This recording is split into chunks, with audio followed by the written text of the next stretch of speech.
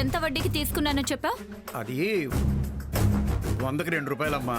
100కి 2 రూపాయలైతే 1000కి ఎంత? 20. 50,000కి 1000. సంవత్సరానికి 12,000. 10,000 ఇచ్చావేంటి? మర్యాదగా 12,000 ఇవ్వు. మిమ్మల్ని మోసం చేయాలని కాదు, ఏదో డబ్బులు తక్కువై. డబ్బులు తక్కువైతే తక్కువగా ఉన్నాయి, మళ్ళీ ఇస్తానని చెప్పాలి. చెప్పకపోతే మోసమే అవుతుంది. క్షమించమ్మా, ఇంకోసారి ఇలాంటి తప్పు చేయను. వచ్చే సంవత్సరం వడ్డీ అసలు కలిపివ్వు. అలాగేనమ్మా, వస్తాను నాయుడు బావా.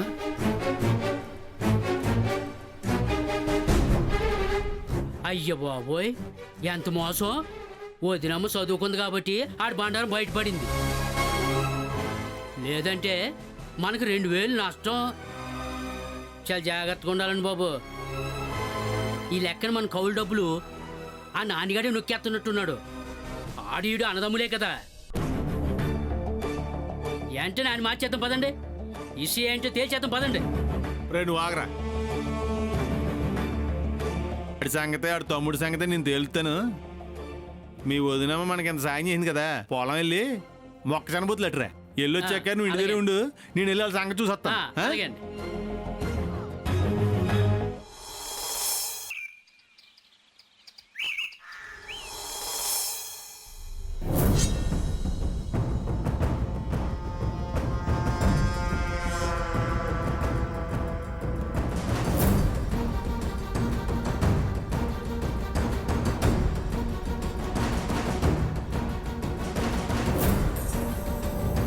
శేఖర్, ఏంటి పిలిచావు? అలా కూర్చోమ్మా.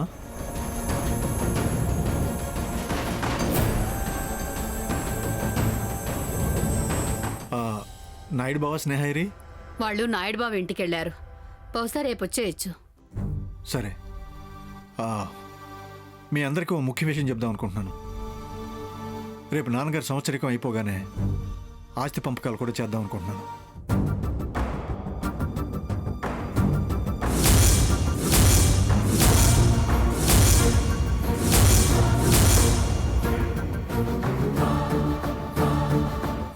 ఆస్తిని 3 భాగాలుగా చేసి అపర్ణ స్నేహాలు కూడా సమానంగా పంచుదాం అనుకుంటున్నానమ్మా.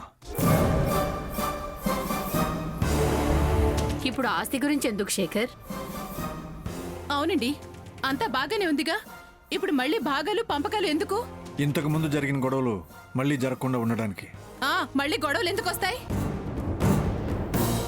గొడవలు ఎందుకు వస్తాయని నువ్వు అడుగుతున్నావా? డబ్బు మనుషులను మార్చేస్తుందని, బంధాల్ని విలువల్ని కాలు రాస్తుందని మళ్ళీ ఈ నట్టింట్లో నేను చెప్పనవసరం లేదనుకుంటాను. అందుకే ఈ నిర్ణయం తీసుకున్నాను. ఎలాగో అపర్ణ స్నేహాల పెళ్ళిళ్ళు కూడా జరిగిపోయాయి కాబట్టి ఆస్తుల పంపకాలు కూడా జరిగిపోవాలి. ఏమంటావమ్మా?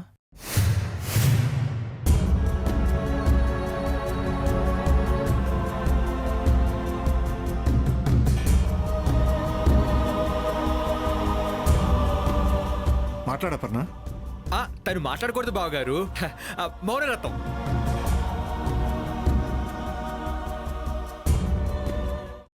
అమ్మా, అలాంటి వాళ్ళది నిజమైన ప్రేమ కాదు, అది వ్యామోహం. ఎగ్జాక్ట్లీ చిన్నత్త, నిజంగా ప్రేమించుకున్న వాళ్ళు అలా చేయరు. ఎంత మనసు విరిగిపోతే కన్న కూతుర్ని పట్టుకొని మా దృష్టిలో చచ్చిపోయా ఉంటుందా తల్లి? అది సరే అమ్మా, తన కూతురుతో తన మాట అనేటప్పుడు ఆమె మాటల్లో వ్యథ, కళ్ళల్లో బాధ గమనించావమ్మా? పెద్దబాబుకు బర్త్డే విషెస్ చెప్పు కూడా వెళ్ళాం కదా. ఊరికే ఎలా కాలిపోతుంది? మంట పెడితేనో పడితేనో తగలబడుతుంది.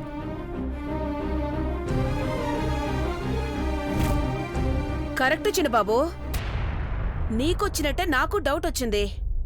పార్వతే షర్టును తగలబెట్టిందనుకుంటా.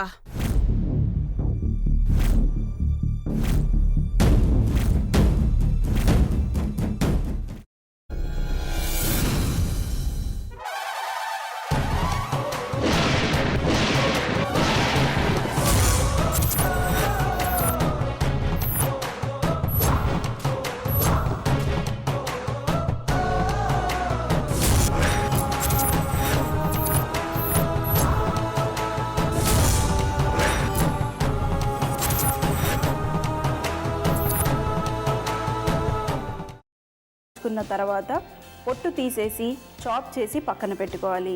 ఒక ప్యాన్లో కొద్దిగా నూనె వేడి చేసి అందులో ఆవాలు, మినప్పప్పు, శనగపప్పు, కరివేపాకు, సన్నగా తరిగి పెట్టుకున్న ఉల్లిపాయలు వేసుకుని 1 నిమిషం పాటు వేయించుకోవాలి. ఆ తర్వాత కాల్చి కట్ చేసి పెట్టుకున్న వంకాయని కూడా అందులో వేసుకుని బాగా మిక్స్ చేసి బౌల్లోకి ట్రాన్స్ఫర్ చేసుకుని అందులో తగినంత చిక్కటి పెరుగు లేదా పల్చటి పెరుగు వేసుకుని మిక్స్ చేసి అన్నంతో కానివ్వండి, చపాతీతో కానివ్వండి సర్వ్ చేసినా చాలా బాగుంటుంది.